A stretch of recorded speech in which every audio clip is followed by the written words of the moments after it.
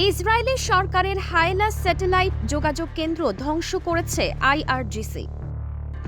Islamic revolution guard corps জানিয়েছে যে তারা তেল আবিবের দক্ষিণে অবস্থিত ইসরায়েলি সরকারের হাইলাস স্যাটেলাইট যোগাযোগ কেন্দ্র ধ্বংস করেছে। কেন্দ্রটি ইহুদিবাদী সরকারের যুদ্ধ বিমানের সাথে বিমান ঘাঁটির অন্যতম প্রধান যোগাযোগ কেন্দ্র ছিল, যা একটি বিশেষ অভিযানের সময় আইআরজিসি এরোস্পেস ফোর্সের আত্মঘাতী ড্রোন দ্বারা আঘাত হানে এবং ধ্বংস করে দেওয়া হয়েছে। ধ্বংসপ্রাপ্ত এই স্থাপনাটি ইহুদিবাদী সরকারের যুদ্ধ বিমানের স্যাটেলাইট নিয়ন্ত্রণ নেটওয়ার্কের জন্য একটি গুরুত্বপূর্ণ যোগাযোগ অবকাঠামো হিসেবে কাজ করেছিল।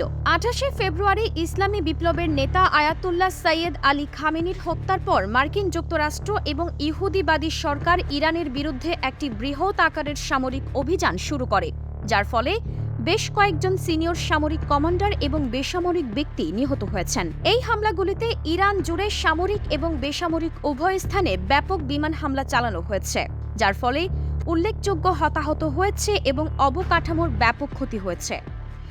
এর জবাবে ইরানের সশস্ত্র বাহিনী প্রতিশোধমূলক অভিযান পরিচালনা করেছে।